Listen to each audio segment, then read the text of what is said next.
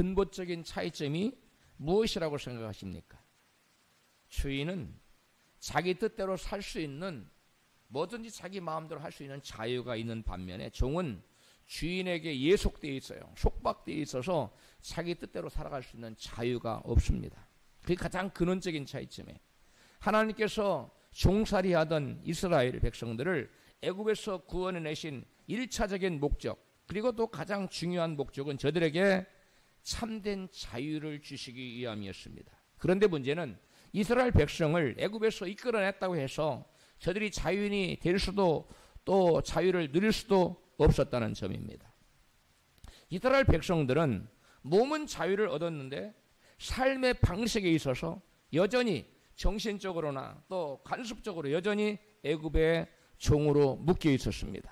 마치 줄에 묶여서 서커스단을 빙빙 돌던 코끼리가 이제 줄을 풀어주어도 코끼리는 자기 길을 자유롭게 자기 길을 가지 못하고 여전히 그 사람의 지시에 따라서 빙빙빙빙 돌고 있는 것과 똑같습니다. 여전히 종의 굴레를 벗지 못하는 것과 똑같습니다. 그래서 이스라엘 백성들은 모세에 의해서 종에서 해방되고 난 뒤에 종의 모습을 벗기까지 하나님께서 그 이스라엘 백성들 무려 광야길을 40년 동안 걷게 하셨습니다. 하나님께서 40년의 광야길을 걷게 하시면서 그들에게서 종의 모습을 지우고 참된 자유인이 되도록 훈련을 시키셨던 것입니다. 오늘날 그리스도인들은 죄된 세상에서 마귀의 종으로 살다가 예수 그리스도의 구속으로 말미암아 구원받아 광야 교회로 인도된 사람들입니다. 모세를 통해서 애굽 왕의 종에서 구원받은 이스라엘 백성들은 오늘날 예수 그리스도에 의해서 세상의 왕 마귀의 손아귀 위에서 구원받은 성도들을 예표하는 그림자입니다. 본문에서 하나님께서 과거 이스라엘 백성들로 하여금 40년 광야길을 걷게 하신 가장 중요한 이유를 이같이 증거합니다. 본문 같이 있습니다. 신명기 8장 2절에서 3절입니다. 같이. 내 하나님 여호와께서 이 40년 동안에 너로 광야의 길을 걷게 하신 것을 기억하라. 이는 너를 낮추시며 너를 시험하사 네 마음이 어떠한지 그 명령을 지키는지 아니 지키는지 알려 하심이라. 너를 낮추시며 너로 줄이게 하시며 또 너도 알지 못하며 내 열조도 알지 못하던 만나를 내게 먹이신 것은 사람이 떡으로만 사는 것이 아니요 여호와 입에서 나오는 모든 말씀으로 사는 줄을 너로 알게 하려 하심이니라. 아멘. 여기 본문 2절과 3절은 다른 내용이 아니라 같은 내용을 다르게 표현하고 2절은 2절의 말씀을 3절에서도 보다 구체적으로 부연 설명하고 보충 설명하고 있는 내용입니다. 2절에서는 광야의 길을 걷게 하셨다고 말씀했는데 이것을 3절에서는 너를 낮추시며 줄이게 하시며 만나를 내게 먹이셨다고 그랬어요. 이게 바로 광야 길입니다. 광야의 길을 걷게 하신 것을 이와 같이 3절에 부연 설명하고 있습니다. 그리고 2절에 명령을 지키는지 아니 지키는지 알려 하심이라 말씀을 3절에서 이렇게 구체화되어서 설명되고 있습니다.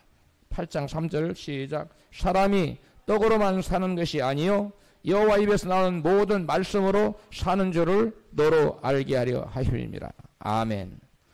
사람이 떡으로만 살지 않고 하나님의 입으로 나오는 말씀으로 아는 사람은 하나님 말씀을 안 지킬 수가 없습니다. 또 안 지킬 이도 없고 안 지킬 필요도 없는 거예요. 그냥 말씀대로 살면 떡이 그냥 오는데 뭐하러 말씀을 안 지켜요. 근데 말씀대로 사는 법을 알지 못하기 때문에 떡이 있어야만 산다고 생각하기 때문에 말씀으로 사는 법을 알지 못하기 때문에 그 떡을 얻기 위해 사람들이 죄를 짓게 되는 것입니다. 그래서 내가 너희로 말씀을 지키는지 안 지키는지 알려 한다는 말이나 사람이 떡으로만 살지 않고 하나님의 입으로 나오는 모든 말씀으로 사는 것을 알게 한다는 말씀이나 같은 거예요. 동일한 내용인데 어떤 관점에서 얘기했느냐에 따라서 표현이 달라지고 있는 것입니다. 할렐루야. 모세에 의해서 이스라엘이 광야로 인도되기 전까지 이스라엘 백성들의 삶의 수단과 방식은 오로지 떡만을 의지해서 사는 것이 전부였습니다. 마찬가지로 그리스도에 의해서 교회로 인도함 받기 전까지의 모든 신자들의 삶의 수단과 방식도 역시 무엇에 의지해서 사는 것이었어요? 떡에 의지해서. 떡으로만 사는 줄 알았어요.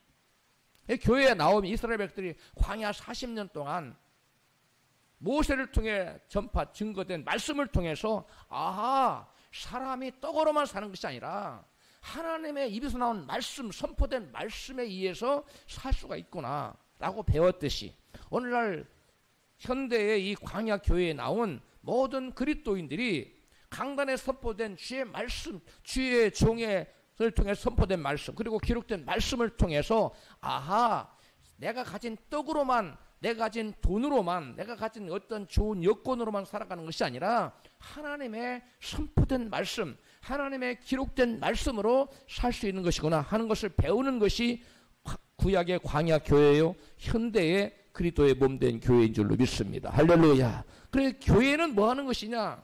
교회는 구약시대의 광야교회나 이 시대의 현대 이 모든 몸된 주님의 교회나 다 한 가지 동일한 목적을 갖고 있는데 그것이 뭐냐면 사람이 뭘로 살지 않고 떡만 가지고 사는 것이 아니라 하나님으로 나온 모든 말씀으로 사는 것을 하나님께서 가르치게 하는 것, 배우게 하는 것, 바로 그것이 교회요, 교회의 사명이에요. 그래서 교회에 나오는 사람들은 반드시 이것을 배워야 돼. 교회를 오래 나왔어요.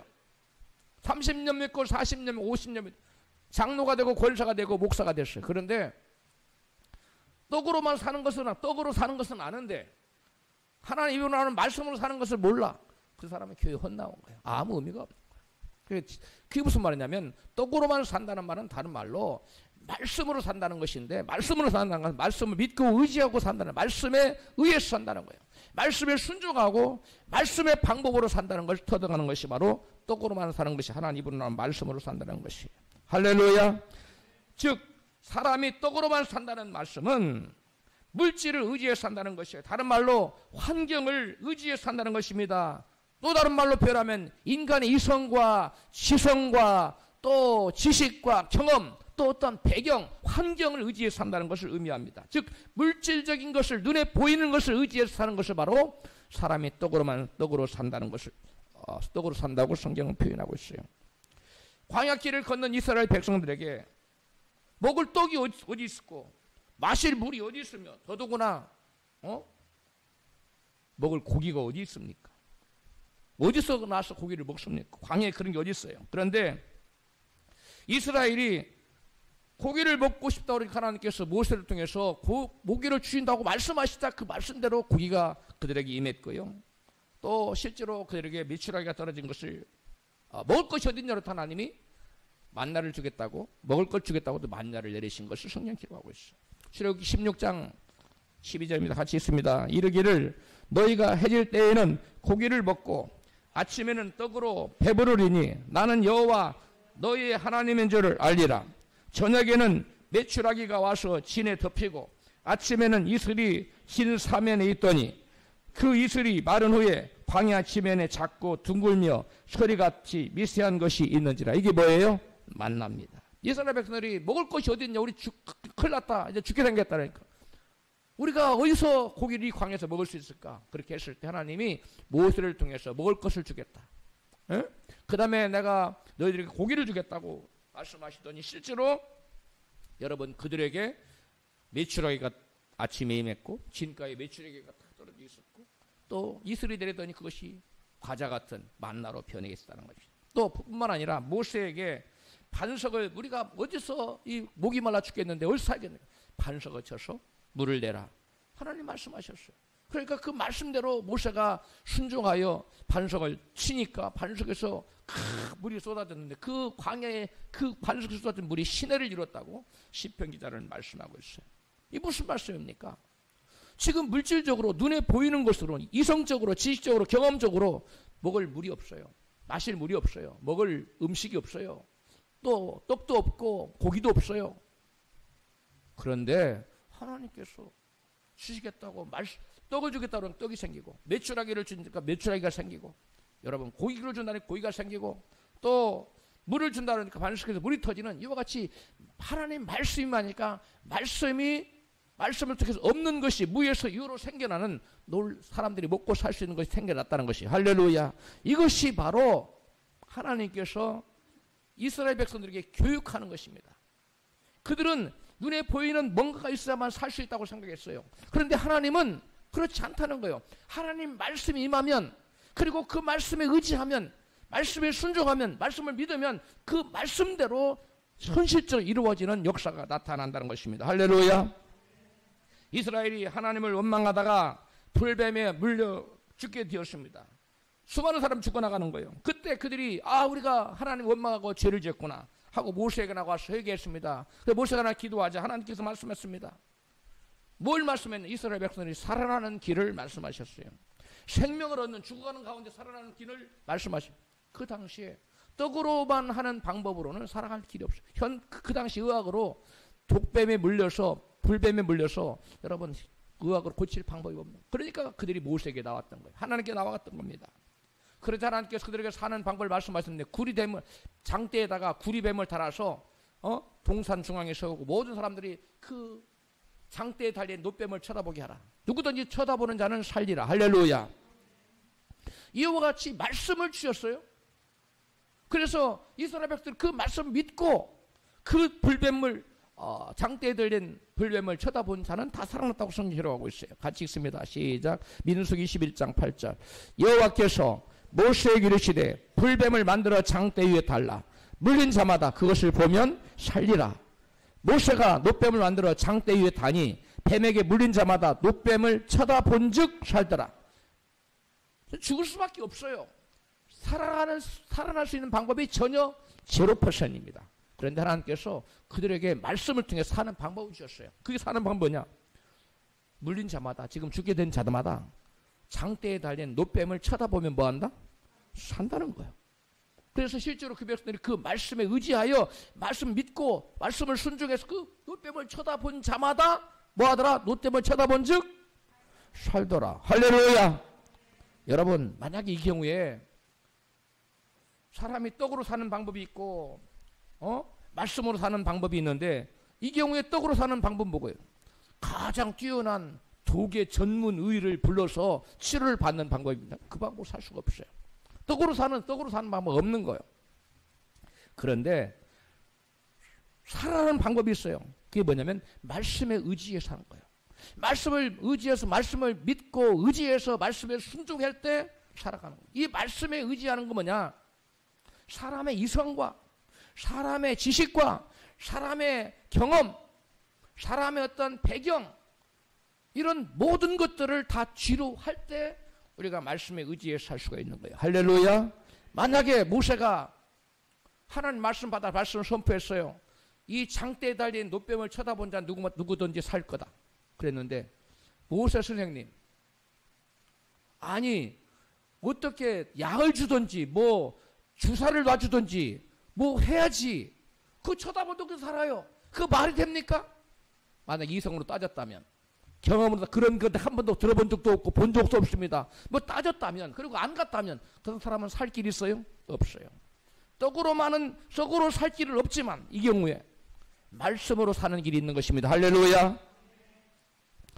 여러분, 병원 의사가 이 병은 현대의학으로는 절대로 고칠 수 없는 병이라고 사형 선고를 내렸다고 해서, 그 사람이 병원 의사가 사형 선고를 내렸다고 해서 살아날 길이 없는 것이 아닙니다. 현대의학이라는 떡으로 사는 방법으로는 살 수가 없어요. 그러나 하나님의 입으로 나오는 모든 말씀으로는 살아나는 방법이 있는 줄로 믿습니다. 현대의학으로는 못 살아요. 제가 아는 어떤 권사님이 암에 걸렸어요. 이암인가? 시간이 좀 지나서 잘 뚜렷이 기억이 안 나는데, 하나님이 제게 말씀을 주셨어요. 너를 치는 기계가 날카롭지 못할 것이라. 너는 일어날 것이다. 말씀 담대하게 들었어요. 권사님, 하나님 이 말씀을 주시는데 권사님 이 암으로 안 죽어요. 그래서 여러분, 얼마 있다가 뻘뻘 살아서 태어났습니다. 할렐루야. 현대의학자는 죽는다고 사형 선고를 내렸다 할지라도, 여러분, 말씀을 의지하여 말씀을 믿고 말씀에 순종해서 나가는 자에게는 그 말씀이 그 사람에게 살리는, 여러분, 사람이 떡으로 사는 방법, 물질에 의지하는 인간의 이성과 경험과 지식과 배경, 환경을 의지해서 사는 방법이 없을지라도 말씀에 의지해서 새롭게 살아가는 또 다른 사는 길이 있다는 사실을 믿으시기를 바랍니다. 할렐루야. 모세가 증거한 말씀을 믿지 못하고 그 이성으로 맞지 않는다고, 경험상 그런 일이 없었다고, 지식으로도 납득이 안 간다고, 순종하지 않고 그 당시에 가장 용하다고 하는 의사를 찾아가서 주사를 맞고 뭐 치료제를 받았다고 하면 그 사람들은 살아날 수 있었을까요? No, 결코 없었습니다. 이스라엘은 먹을 물질의 떡이 없고 죽을 병에 살아날 치료제가 없어도 말씀만 있으면 살 수 있구나 하는 것을 이러한 경험들을 통해서, 일련의 사건들을 통해서, 하나님의 시청과 교육을 통해서, 경험을 통한 교육을 통해 이스라엘 백성은 점차 하나님을 알아가게 되고, 인간이 사는 방법이 단지 떡으로만 사는 방법이 유일한 것이 아니라 또 다른 사는 방법이 있는데, 그것이 뭐라고요? 말씀을 의지해 사는 방법이에요. 할렐루야. 말씀으로 살아가는 새로운 방법을 하나님께서는 믿는 자들에게, 하나님의 자녀들에게, 세상 사람들은 취할 수 없는 믿는 자들, 하나님의 자녀들이 살아가는 또 다른 방법을 제시했는데, 그것이 바로 뭐냐면 말씀을 의지해 살아가는 방법입니다. 할렐루야. 이스라엘 백성들은 당장 먹고 살아갈 떡이 없거나 당장 병을 치료할 약이 없으면 죽는 줄로만 알고 살아왔습니다. 그런 사람들은 그때나 지금이나 여전히 그 무엇을 의지하며 살아갈까요? 눈에 보이는 물질을 의지하며 살아갈 수밖에 없습니다. 눈에 보이는 어떤 인간의 이성과 우리가 생각했던 지식과 어떤 경험과 이런 것들을 총동원해서 내가 이런 경우에 죽게 된 살아갈 방법이 없을까? 이렇게 몰두하고 연구하게 되어 있습니다. 그러나 여러분, 그것은 한계가 있습니다. 왜? 인간은 한계적인 존재이기 때문에 그렇습니다. 그럴 때 하나님께서 우리는 하나님 바라보고 말씀을 통해 살아가는 방법을 찾아야 될 줄로 믿습니다. 사람으로서는 할 수 없으되 하나님으로서는 다 할 수 있느니라. 할렐루야. 그 하나님이 우리에게 말씀으로 임하신 분이 예수님이에요. 다른 말로 말하면 사람으로서는 알 수 없으되, 사람의 이성과 경험과 지식과 뭐 돈, 백그라운드, 능력 이런 것을 할 수 없으되 하나님 말씀으로는 다 될 수 있느니라. 할렐루야. 믿으시기를 바랍니다. 할렐루야. 하나님께서 이스라엘 백성을 40년 동안 광야를 돌리신 것은 바로 이러한 새롭게 살아가는 비결, 떡이 아닌, 물질이 아닌, 인간적인 것이 아닌, 눈에 보이는 것이 아닌 영적인 것, 신령한 것, 하나님으로 나온 모든 말씀으로 살아가는 새로운 방법을 하나님께서 그들에게 가르치시기 위해서 하나님 그들에게 고난을 주시고 광야로 돌리셨던 것입니다. 할렐루야. 주인과 종의 차이점 중에 중요한 것 한 가지는, 주인은 자신의 힘으로 살지만 종은 주인을 의지해서 산다는 거예요. 종은 의존적인 존재라는 것입니다. 종은 자기 힘만으로는 살아갈 수가 없고 주인을 의지해서 살아가는 의존적인 존재라는 것이에요. 그렇다면 물질 없이는 살아갈 수 없고, 물질을 의지해서 살아가는 사람은 자유자가 아니라 물질의 종인 것입니다. 왜? 물질을 의지해 살아가기 때문에 종은 뭔가를 주인을 의지해 살아가잖아요. 마찬가지로 물질을 의지하는 사람은 물질의 종이에요. 돈을 의지하며 살아가는 돈의 종이에요. 재물을 의지해서 살아가는 사람은 재물의 종이라는 것입니다. 할렐루야. 돈이 없으면 살아갈 수 없는 사람, 돈의 지배를 받고 돈에 의해서 움직이는 사람, 또 돈에 의해서 살아가는 사람은 돈의 노예예요. 그 사람은 돈을 주인으로 섬기고 살아가는 사람입니다. 돈이 없거나 돈이 적다고 해서 돈의 종이 되는 것이 아니고, 또 돈이 많다고 해서 돈으로부터 자유로운 사람이 아닌 것입니다. 돈의 많고 적음을 떠나서 돈에 의해서 움직이는 사람은 돈의 종이요, 말씀에 의해서 움직이는 사람은 하나님의 종인 것입니다. 우리 인간을 가장 강력하게 속박할 수 있는 것이 무엇이 있을까요? 그것은 바로 돈입니다. 말씀에 의해 살아가는 방법을 알지 못하는 사람에게는 돈이 곧 그 사람의 생명과 같은 거예요. 왜? 돈 없으면 먹고 살 수가 없어요. 그러나 물질 아닌 하나님으로 나오는 모든 말씀으로 살아가는 새로운 삶의 방식을 아는 사람에게는 돈이 없어도 돈에 구애받지 않습니다. 돈이 없다고 해서 돈의 종이 되지 않아요. 돈이 없다고 해서 돈에 이끌려가지 않아요. 바로 떡으로만 사는 사람, 떡으로만 사는 것이 유일한 삶의 수단이요 방식이라는 거 아는 사람과 그 외에 또 다른 삶의 방식, 말씀 위에서 살아갈 수 있는 새로운 방식이 있다는 것을 아는 사람과의 차이점은 하늘과 땅 차이예요. 돈이 없어도 말씀으로 살아갈 수 있다는 방식을 아는 사람은 어떠한 궁지에 몰려도 결단코 하나님 말씀을 범하거나 범죄하지 않습니다. 그러나 사람이 사는 방법이 오로지 떡 하나만, 떡이 있어야만 산다는 것, 그것만 아는 사람은 떡이 없어서 사흘 굶어, 열흘 굶어, 그럼 남의 담을 넘어가게 돼 있어. 남의 것을 도적질하게 돼 있어. 장발장으로 알려진 레미제라블, 응? 거기에 보면 장발장이 배가 고파서 빵 훔쳐 먹다가 5년 선고받고, 뭐 불법 무기 소지했다고 5년 선고받아서 탈옥 출액했다가 19년을 살고 나오잖아요. 여러분, 우리 인간은 떡이 있어야만 산다고 생각하는 사람은 궁지에 몰리면 그 누구를 막론하고 범죄하게 돼 있어요. 그러나 사람이 떡으로만 사는 것이 아니라 하나님의 입으로 나오는 말씀으로 사는 또 다른 삶의 방식이 있다고 아는 사람은 어떠한 궁지에 몰려도 범죄하지 않고 하나님 바라보고 금식하고 부르짖고 기도하여 말씀으로 사는 방법을 여러분 열어내는 것입니다. 그러한 방법을 추구하고 그렇게 살 수가 있는 것입니다. 할렐루야. 우리가 술을 많이 마시면 술이 그 사람을 지배해 버리는 것처럼 돈이 많으면 오히려 그 많은 돈에 지배를 받게 되는 것입니다. 우리가 말씀을 읽을 때도 처음에는 내가 말씀을 읽는 것처럼 보여요. 내가 말씀을 먹는 것처럼 보여요. 그러나 나중에는 그 말씀을 많이 읽으면 그 말씀이 그 사람의 생각을 주관하고 그 사람의 인생을 주장하고 인도해 버리는 것과 같습니다. 술을 많이 마시면 술이 그 사람을 주장하는 주인이 되고, 말씀을 많이 읽으면 말씀이 그 사람을 주장하는 그 인생의 주인이 되는 것처럼, 돈을 많이 벌면 돈이 그 사람의 인생을 주장하는 주인 자리를 탁 꿰차버린다는 거예요. 그래서 그 사람은 이제 종의 돈이 노예가 되는 거예요. 우리가 돈이 없을 땐 돈을 많이 벌면 내가 마음대로 쓸 수 자유인이 될 것 같지만, 돈을 많이 벌면 오히려 이 돈이 없어지면 안 되지. 돈을 지키기 위해서 더 돈에 구속되고 돈의 위력을 더 실감하고, 그래 돈에 의해서 자기 생각과 인생과 운명이 완전히 좌우되리는 종의 종으로, 돈의 종으로 전락해 버린다는 것이 유대인의 격언 중에 다음과 같은 아주 의미심장한 말이 있습니다. 물질을 다스리라. 그러면 너에게 참으로 유익한 충복이 되리라. 그렇지 못하면 물질은 너에게 폭군이 되어 너를 지배하게 될 것이다. 라는 아주 의미심장한 말이 있습니다.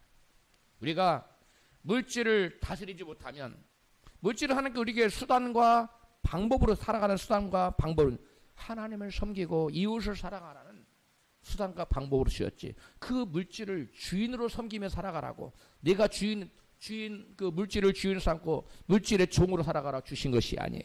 오로지 저와 여러분의 주인은 하나님만 되시는 줄로 믿습니다.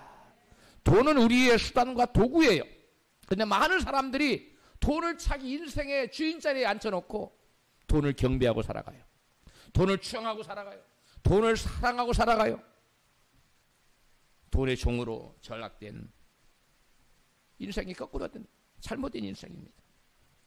예수님께서는 하나님뿐만 아니라 돈도 인생의 주인 자리를 꿰찰 수 있다고 이같이 말씀합니다. 마태복음 6장 24절입니다.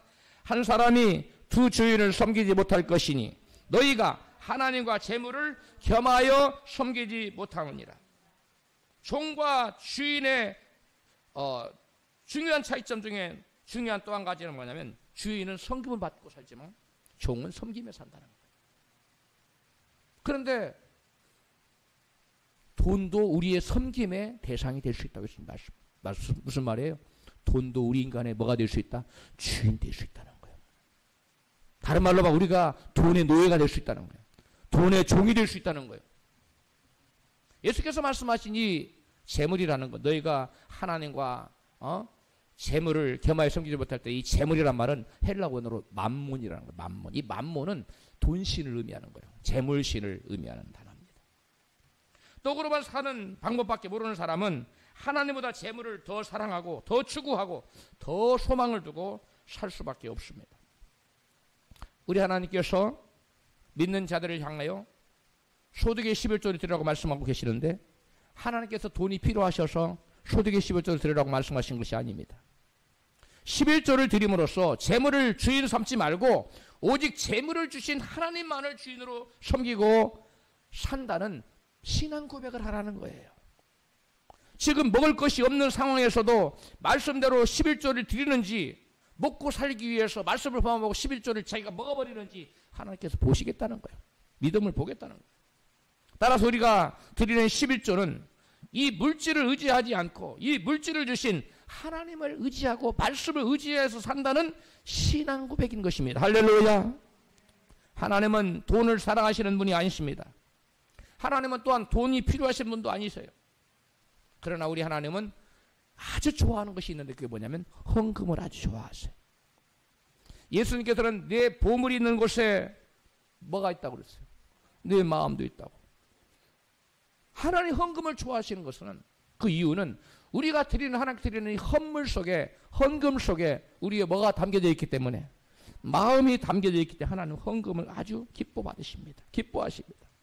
돈이 아니라 하나님만을 믿고 의지하며 살아가는 사람은 하나님께 소망을 두고 불우한 이웃을 돌아보는 베푸는 삶을 사랑을 실천하는 삶을 살게 됩니다. 그러나 재물을 믿고 의지하며 재물 없이는 살 수 없다고 생각하는 사람은 하나님이 아닌 재물의 소망을 두고 살아가는 사람들이 그런 사람들은 오로지 그 재물을 자신만을 위해서 쓰는데 정신이 없어. 그래서 그 사람들은 돈의 노예로 재물의 노예로 살게 되고 인색한 인생을 살 수밖에 없는 것입니다. 1950년대에 알버트 슈바이처 그는 노벨 평화상을 받았고요. 알베르 까미는 노벨 문학상을 받았습니다. 다 유명한 분들이죠. 둘 다 큰 상금을 받았어요. 돈을 받았어요.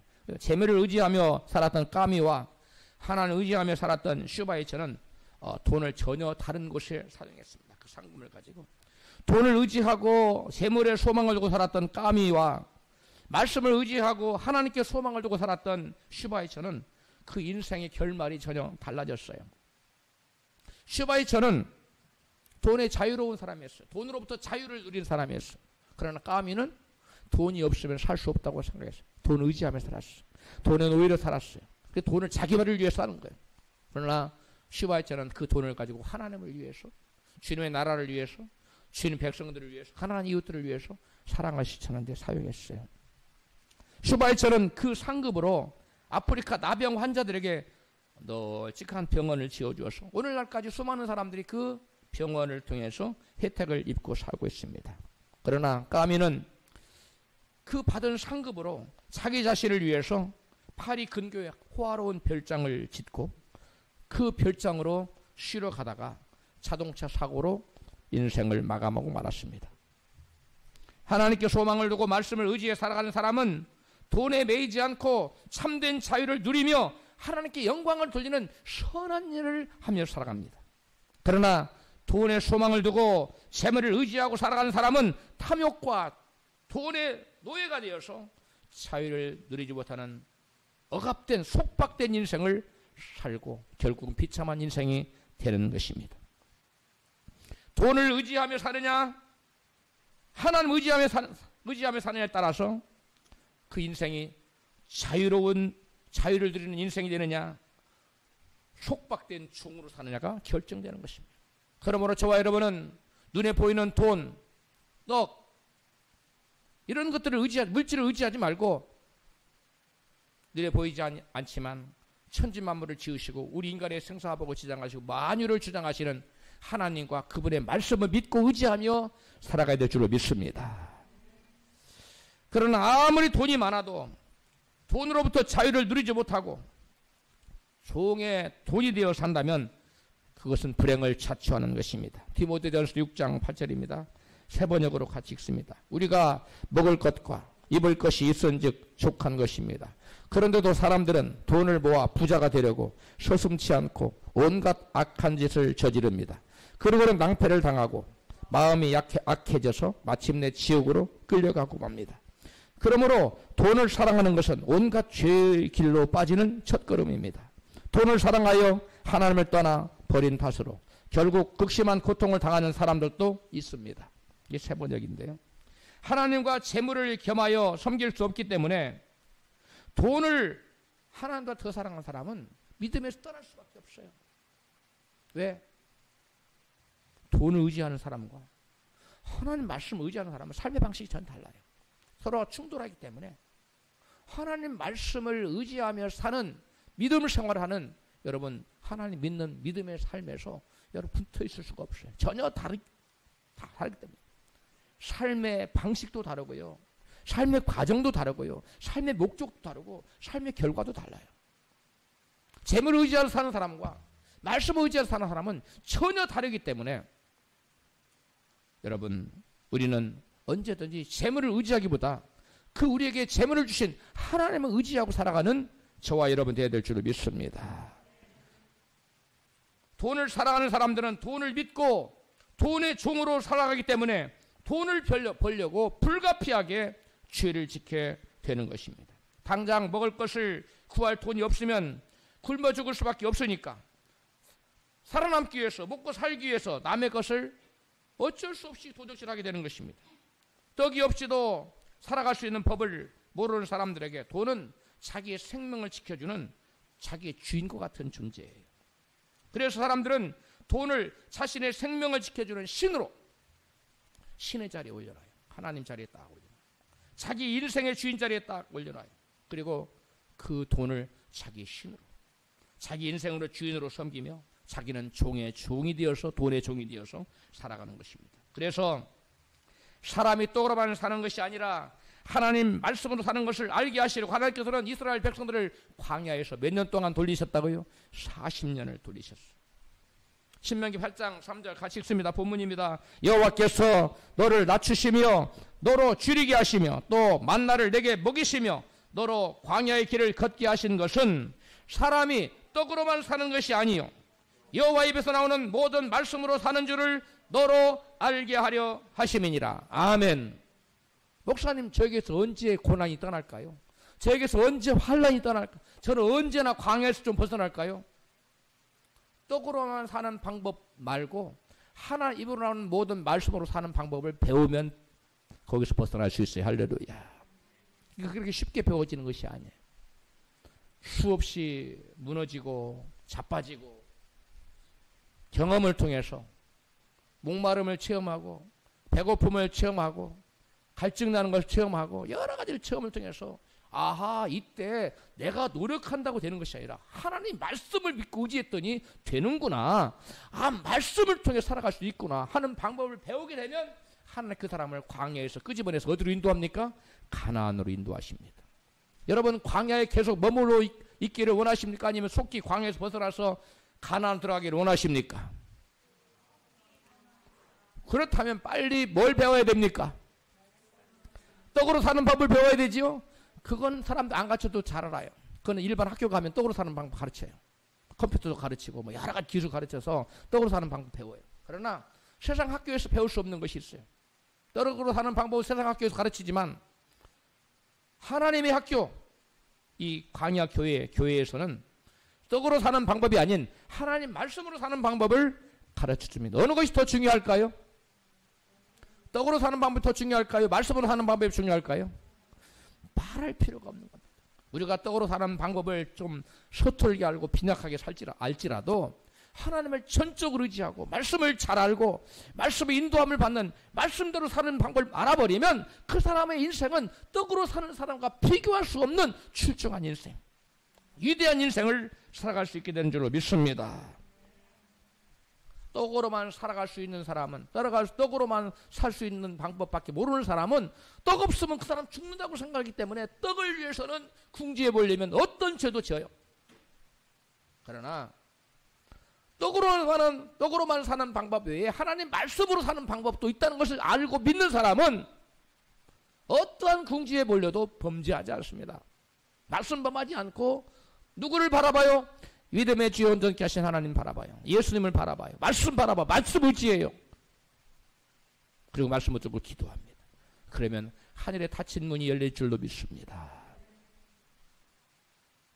광야에 여러분 대로가 생기고, 광야가 변하여 여러분 강이 생기고, 좌우에 날선 장대한 과일 나무들이 생기고, 잎이 청청하고 열매가 주렁주렁 맺히는 그러한 놀라운 역사가 우리 삶 가운데 말씀 의지하는 사는 자에게 여러분 펼쳐진다는 것입니다. 이런 역사가 우리 모두에게 임하기를 주여 여러분 축복합니다. 그래서 이스라엘을 떡이 없는 광야에 하나님께 탁 두고서 그들이 먹고 살기 위해서, 떡을 얻기 위해서 말씀을 범하는지, 아니면 떡이 없는 상황에서도 말씀을 의지하고 믿음으로 걸어가는지 하나님이 보시겠다는 거예요. 신명기 8장 2절입니다. 같이 읽어요. 시작. 내 하나님 여호와께서 이 40년 동안에 너로 광야의 길을 걷게 하신 것을 기억하라. 이는 너를 낮추시며 너를 시험하사 내 마음이 어떠한지 그 명령을 지키는지 아니 지키는지 알려 하심이라. 아멘. 사람이 떡으로만 살지 않고 하나님 말씀으로 사는 법을 아는 사람, 그 사람은 어떠한 환경 가운데서도 하나님 말씀을 의지하지 말씀을 범하지 않아요. 끝까지 말씀을 의지하고 말씀 붙들고 말씀에 순종합니다. 말씀 믿고 나가요. 하나님 말씀을 의지하는 사람은 하늘 위로를 받아요. 없는 길이 열립니다. 믿습니까? 그러나 당장 길이 없어요. 먹고 살 길이 없어요. 그런데 자기가 아는 방법은 떡으로만 사는 방법 몰라요. 믿음으로 사는 방법, 말씀으로 사는 방법 몰라요. 그런 사람 범적이 돼 있어요. 그러나 하나님 말씀으로 사는 방법을 아는 사람은 어떤 궁지에 몰려도 범죄하지 않아요. 여러분, 쥐도 궁지에 몰리면 누구를 문다고요? 누구에게 되돌아요? 고양이에게. 그러니까 우리가 하나님 말씀 붙들고 끝까지 하나님을 경배하고 하나님 의지하고 하나님께 무릎 꿇고 해야 되는데, 먹고 살 길이 없고 길이 막히면 말씀 의지에 사는 방법, 말씀대로 사는, 말씀으로 사는 방법 모르는 사람은 하나만 대들어 막 죄를 져. 그게 마치 쥐가 누구에게 덤비는 것과 똑같아요. 고양이에게 덤비는 것과 똑같아요. 그러나 말씀으로 사는 방법을 아는 사람은 결단코 쥐가 고양이에게 덤기지 않고 도망치듯이 말씀으로 사는 방법을 아는 사람, 어떤 궁지에 몰려도 뭘 범하지 않는다? 말씀을 범하지 않는다. 우리 옆에 계신 분은 어떠한 궁지에 몰려도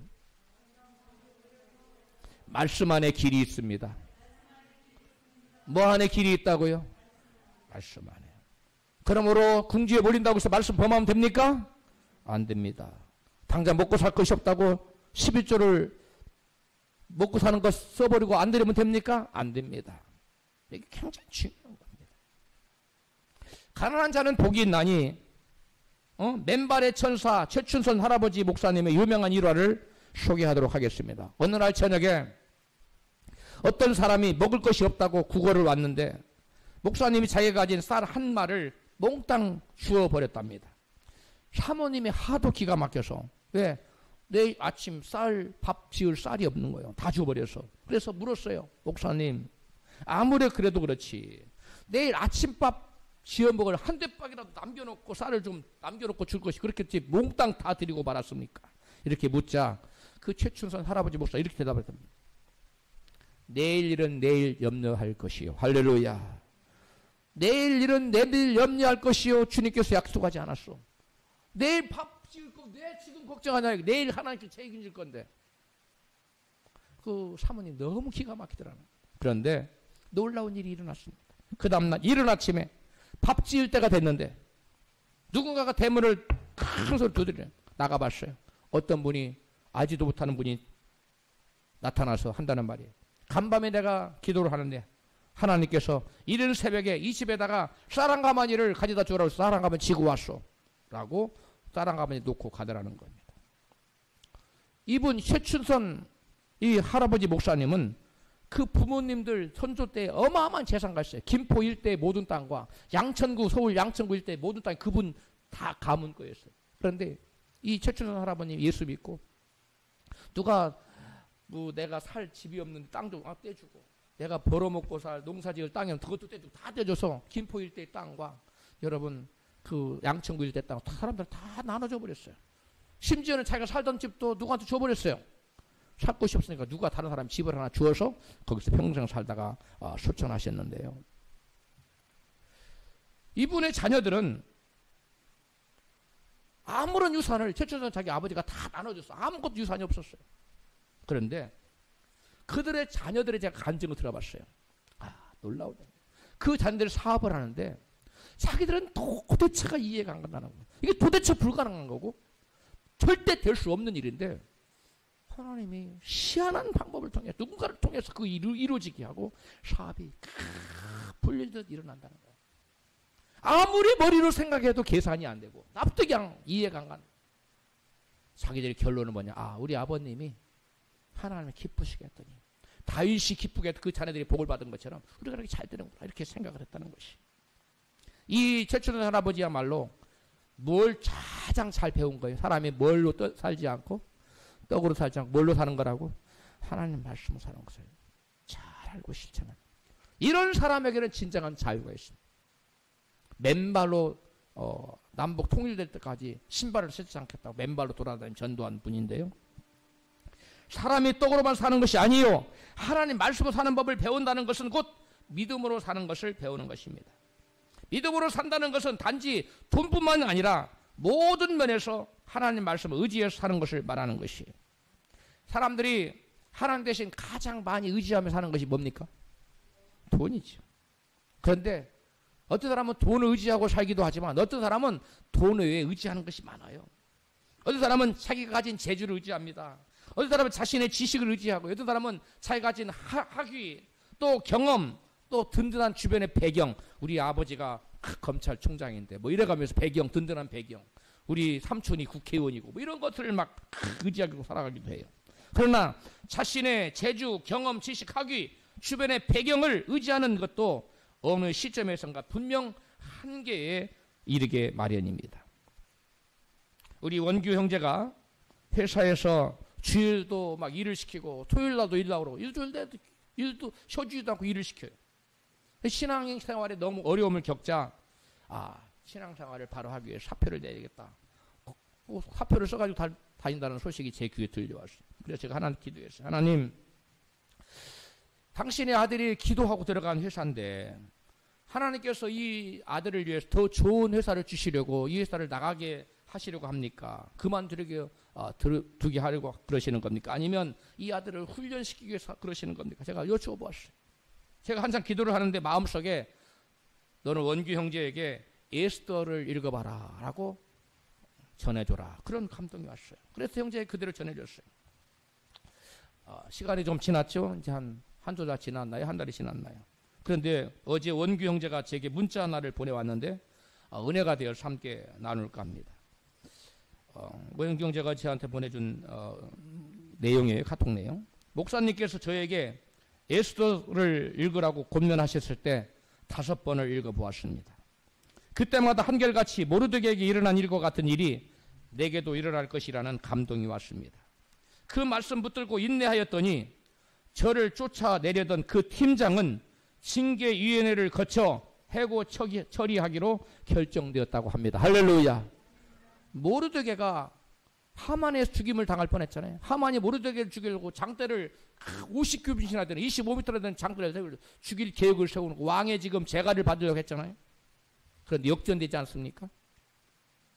하만을 죽이려고 세우는 장대에 하만이 모르드게를 죽이려고 세우는 장대에 하만이 쥐가 달려 죽었어요. 마찬가지로 우리 원기 형제 주일 지킨다고 주일날 왜 일 안 나오냐고 괴롭히고 어떻게든 내보내려고 애를 쓰던 그 자가 쥐가 그 장대에 달려서 죽는 결과가 나타났다는 거예요. 할렐루야. 우리 원기 형제가 만약 사람이 떡으로만 사는 것이라고 알고 믿었다면 팀장 앞에 가서 한 번만 살려달라고 무릎을 꿇고 빌거나 아니면 그것이 안 통하면 사표를 썼어야 했을 것입니다. 그러나 원기 형제는 에스더를 읽고 하나님 말씀으로 살기로 작정하고 결단하고 인내하며 하나님께서 역사하시기를 기다리며 기도했습니다. 그리고 기도 가운데 부서를 옮겨달라는 신청서를 회사에다 올리고 사장님과 면담 신청을 했는데 모두 받아들여졌어요. 사장님과 면담을 통해서 회사 임시 직원에서 회사 정규 직원으로 정규직으로 발령을 받았고 또 본사로 부서를 옮기게 됐어요. 그 악랄한 팀장 밑에서 빼내서 하나님께서 그 사장의 마음 움직여서 정규 직원으로 채용해 주시고 또 그 악랄한 팀장 밑에서 빼내서 본사로 옮겨주시고 이와 같이 하나님께서 이렇게 일을 하신 것입니다. 그렇다면 우리가 여기서 하나 중대한 질문을 할 수 있어요. 그러면 우리 하나님은 처음부터 원기 형제를 그 회사 본사에 정규적으로 뽑아줄 수는 없었어요. 그럼 아주 간단하잖아요. 그렇죠? 이런 어려움도 안 겪고 광야도 안 겪히고 당연히 하나님 그러실 수 있었습니다. 그러나 우리 하나님은 그렇게 하지 않았어요. 왜 그래요? 우리 하나님은 원기 형제에게 임시직에다가 쉬는 날도 없이 일시키는 팀장 밑에서 고통을 당하며 억압을 당하는 광야에 머물러 있도록 하셨어요. 왜 그랬어요? 그 이유는 원기 형제로 하여금 뭘 배우게 하려고? 사람이 떡으로만 사는 것이 아니라 하나님으로 하는 모든 말씀으로 사는 것을 배우게 하시려고 그러셨던 것입니다. 할렐루야. 사람이 떡으로만 살지 않고 말씀으로 사는 법을 못 배우면 여전히 이성, 지석, 지식, 경험에 의지해서 살아가기 때문입니다. 이성과 지식과 경험에 의지해 살아가는 사람은 여전히 그것들의 종이 될 수밖에 없어 자유를 누리지 못하고 환경에 속박되어서 돈에 속박되어서 그것의 종으로 살아갈 수밖에 없는 자유가 없는 종의 인생을 살아갈 수밖에 없는 것입니다. 예수님께서 사역을 시작하시기 전에 당신의 사역의 비전을 제시하셨는데요. 바로 누가복음 4장 18절에 나타납니다. 같이 읽습니다. 주의 성령이 내게 임하셨으니 이는 가난한 자에게 복음을 전하게 하시려고 내게 기름을 부으시고 나를 보내사 포로된 자에게 자유를 눈먼 자에게 다시 보게 함을 전파하며 눌린 자를 자유케 하고 주의 은혜의 해를 전파하게 하려 하심이니라 하였더라. 아멘. 여기 보니까 예수님의 사역은 겉으로 보기에는 세 가지처럼 보여요. 근데 실상은 한 가지입니다. 눈먼 자를 다시 보게 하는 것도 자유케 하는 것이고 또 주의 은혜의 해를 전파하는 것도 자유케 하는 것입니다. 주의 은혜의 해란 뭡니까? 이스라엘에서 50년마다 희년을 선포하는 것이 50년마다 돌아오는 희년이에요. 그 희자는 기쁜 희자인데 기쁨의 해예요. 50년 만에 돌아. 왜 기쁘냐? 그동안 종으로 팔려가서 종살이를 하다가도 50년 차가 되면 모든 사람들이 신년에는 뭐가 돼요? 자유를 얻습니다. 그래서 예수님께서는 이 땅에 오셔서 포로된 자유를 자유케 하고 또 눌린 자유를 자유케 하고 또 눈먼 자를 다시 보게 해요. 그것도 자유케 하는 거 아닙니까? 또 모든 종들의 신년에 풀려나는 이러한 모든 자유케 하는 사역을 이 땅에 오셔서 하신 것이에요. 예수님은 모든 포로들과 모든 눌린 자들과 모든 팔려갔던 종들에게 자유를 주시는 사역을 하기 위해서 오셨던 거예요. 할렐루야. 이것은 바로 저와 여러분 죄에 팔려가서 마귀에게 묶이고 마귀에게 속박되고 마귀의 종으로 살아갈 수밖에 없고 그런 고통 중에 살아갈 수 없는 사람들을 이렇게 팔려간 자들을 종으로 사는 자들에게 돈의 종, 그 다음에 죄의 종, 마귀의 종 이런 종으로 살던 이런 사람들에게 자유를 주시기 위해서 이 땅에 오신 것입니다. 할렐루야. 예수께서는 이와 같은 사역을 이 땅에 공생에 3년 반 동안 하시다가 우리의 모든 죄를 지고 죽으시고 죽으신 지 사흘 만에 다시 부활하셨어요. 그리고 40일 동안 이 땅에 계신 제자들과 함께 천국 복음을 다시 증거하시다가 성령을 보내주시기로 약속하시고 하늘로 승천하셨어요. 뭘 보내주시기로 약속하셨어요? 성령을 보내주시고 그리고 열흘을 더 지나서 오순절 때 50일째 예수님 부활하신 지 50일째 되는 그날에 약속대로 성령께서 오셔서 예수님이 이 땅에 계실 때는 팔레스타인 그 한 제한된 지역에 사역하시지만 이제는 성령으로 모든 사람 믿는 자들 심령에 오셔서 지역을 떠나서 지역의 한계를 떠나서 어느 곳에서 예수님이 하시던 동일한 일을 성령께서 하게 되신 것입니다. 할렐루야. 그래서 성령께서 무슨 일을 하셨느냐? 바로 예수께서 하시는 그 일을 동일한 일을 하신다고 바울이 이같이 친 거예요. 고린도후서 3장 17절에 시작. 주님은 영이십니다. 주님의 영이 계신 곳에는 자유가 있습니다. 주님의 영이 누굽니까? 성령이에요. 주의 영은 뭐 하시는 영이기 때문에 예수님이 하시는 그 일을 동일하게 하시는 분이기 때문에 바로 예수께서 이 땅에 오셔서 무슨 사역을 했기 때문에 자유케 하는 일을 하셨어요. 이 땅에 오셔서 성령님도 동일하게 무슨 일을 하신다고요? 자유케 하시는 일을 해요. 할렐루야. 떡으로만 살지 않고 말씀으로 사는 법을 배울 사람에게는 돈과 환경에 구애받지 않고 살 수 있는 자유함이 있습니다. 말씀으로 사는 법을 배울 사람은 돈이 없어도 사업을 할 수가 있고 죽을 병에 걸려도 살아날 수 있는 길이 열립니다. 그러한 자유가 있는 거예요. 베드로는 예수님 말씀을 듣고 같이 반응합니다. 누가복음 5장 4절입니다. 시작. 말씀을 마치시고 시몬에게 이르시되 깊은 데로 가서 그물을 내려 고기를 잡으라. 시몬이 대답하여 가로되 선생이여 우리들이 밤이 맞도록 수고를 하였으되 얻은 것이 없지만은 말씀에 의지하여 내가 그물을 내리리다 하고 그리한즉 고기를 에운 것이 심히 많아 그물이 찢어질 지경인지라. 이에 다른 배에 있는 동물을 손짓하여 와서 도와달라 하니 저희가 와서 2배의 채움에 잠기게 되었더라. 아멘. 예수님 옆에서 뱃머리에 앉아서 말씀을 전심으로 한나절 내내 듣던 베드로는 말씀을 들어 은혜를 받았어요. 아하, 사람이 떡으로만 사는 것이 아니구나. 인간의 수단과 방법으로 물질로만 살아가는 것이 아니라 하나님으로 나온 말씀으로 살면 모든 것이 되는 것이구나. 할렐루야.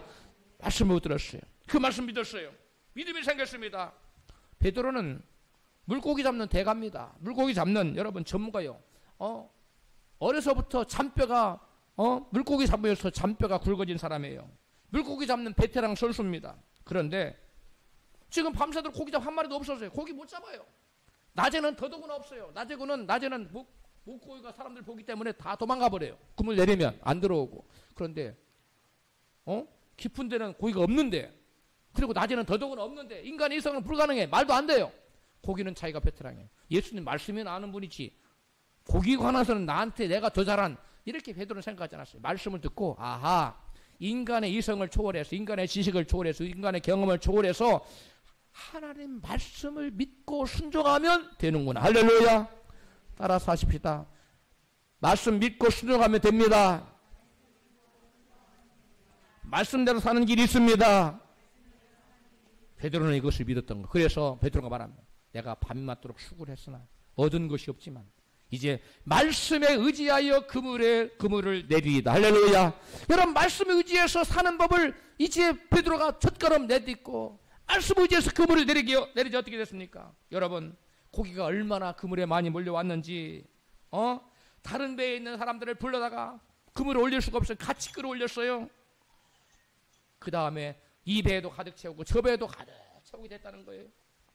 예수님께서 사람이 떡으로만 사는 것이 아니고 하나님의 말씀으로 사는 법을 경험하여 여러분 베드로에게 가르쳐주고 알게 하신 것입니다. 베드로처럼 우리 인생을 살면서 물고기를 많이 잡고 이웃 사람에게도 가득 채워주는 풍성한 삶을 살기를 원하십니까?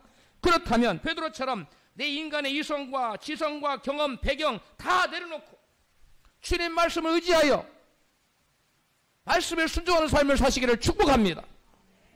우리 모두 환경과 상관없이 말씀을 믿고 의지하여 사는, 말씀으로 사는 법을 배워 참된 자유를 누릴 수 있기를 주님의 이름으로 축원합니다.